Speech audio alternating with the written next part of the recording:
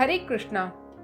दोस्तों, आज की वीडियो में हम जानेंगे कि आखिर कैसे भगवान श्री राम ने धरती से अपनी दिव्य लीला समाप्त की और अपने धाम को प्रस्थान किया।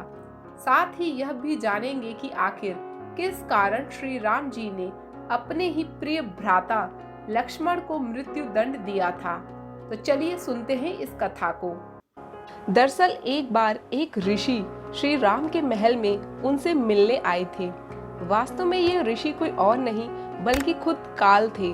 सबसे पहले वो लक्ष्मण जी से मिले और श्री राम से मिलने की अपनी इच्छा बताई, जिस पर लक्ष्मण जी उन्हें श्री राम के पास ले आए।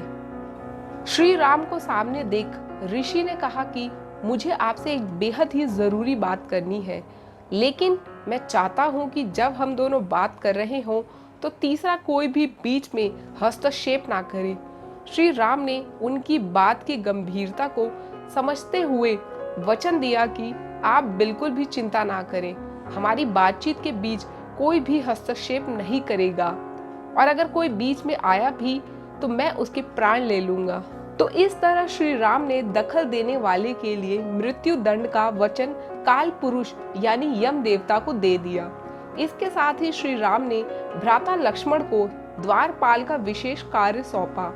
श्री राम के आदेश का पालन करते हुए लक्ष्मण जी बाहर चले गए। अंदर यम देवता श्री राम को अब अपनी वो खास बात बताते हैं कि वास्तव में मुझे खुद ब्रह्मा जी ने यहाँ आपके पास भेजा है, ये बताने के लिए कि आपने बड़ी ही सफलता पूर्वक और आदर्श पूर्वक अपना सारा राजपाट संभाला और पूरी धरती का उद्धार किया है। अब समय आ चुका है कि आप अपने साकेत धाम को वापस लौटें। अगर आपकी इच्छा हो तो अब आप अपनी लीला को समाप्त कर वापस अपने साकेत धाम को लौटें। दोनों के बीच बातचीत चल ही रही थी कि तभी बाहर दुर्वासा मुनि आ गए और उन्होंने द्वार पर खड़े लक्ष्मण को देख कहा कि मुझे अभी तुरंत श्री राम से मिलना है। लेकिन लक्ष्मण ने बड़ी ही विनम्रता से दोनों हाथ जोड़ते हुए उन्हें बताया कि अभी श्री राम अंदर किसी से बात कर रहे हैं और वो नहीं चाहते कि इस समय कोई भी तीसरा उनकी बातचीत के बीच आए।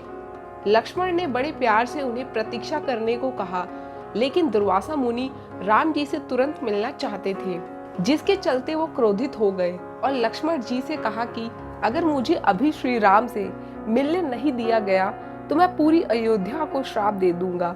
ये सुनकर लक्ष्मण जी चिंता में पड़ गए, लेकिन पूरी अयोध्या को उनके श्राप से बचाने के लिए लक्ष्मण जी सारी मुसीबत अपने ऊपर लेने को तैयार हो जाते हैं।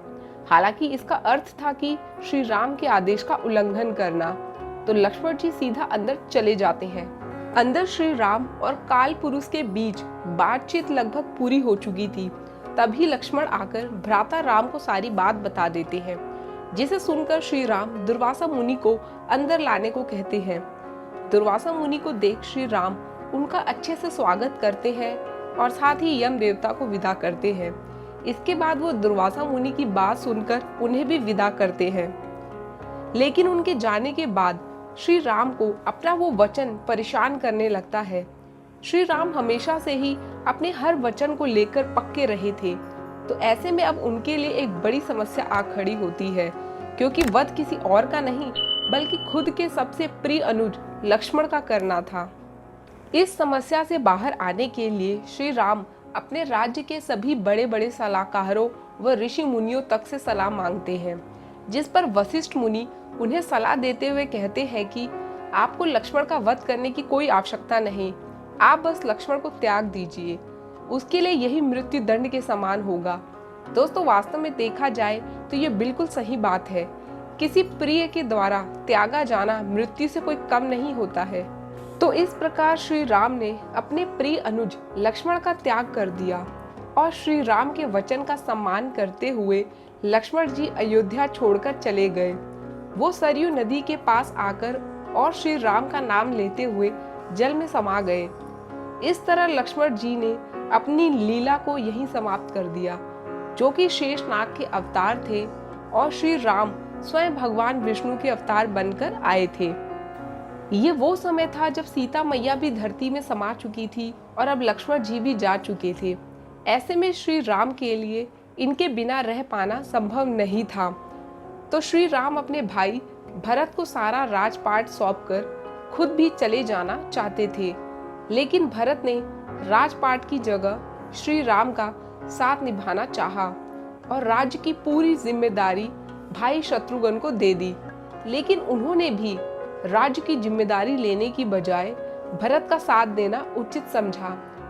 तो इस प्रकार एक एक करके सारे अयोध्या वासियों ने श्री राम के साथ जाने का निर्णय लिया और सब श्री राम के पीछे पीछे चल दिए। श्री राम के जल समाधि लेते ही बाघी भी जल में प्रवेश कर गए और तभी जल के अंदर से लक्ष्मण जी अनंत शेष बनकर निकले, जिन पर विष्णु जी अपने वास्तविक रूप में आसीन थे और उनके चरणों के पास लक्ष्मी जी बैठी थी जो सीता बनकर आई थी। इस तरह सारे अयोध्या वासी जो विष्णु जी के नित्य पार्षद थे और उनकी लीला में सहयोग करने आए थे, सब के सब एक साथ साकेत धाम को लौट गए और इस तरह श्री राम ने अपनी लीला को समाप्त किया। वास्तव में देखा जाए तो इस घटना को श्री राम की मृत्यु नहीं कहा जा सकता है, क्योंकि भगवान अपनी इच्छा से ही इस धरा पर प्रकट और अप्रकट होते हैं, जैसे सूर्य हर दिन प्रकट और अप्रकट होता है। तो दोस्तों, आपको ये वीडियो कैसी लगी कमेंट बॉक्स में लिखकर जरूर बताएं। वीडियो को लाइक और शेयर करने के साथ ही channel let's know lord Krishna को भी प्लीज सब्सक्राइब कर दें। धन्यवाद। हरे कृष्ण।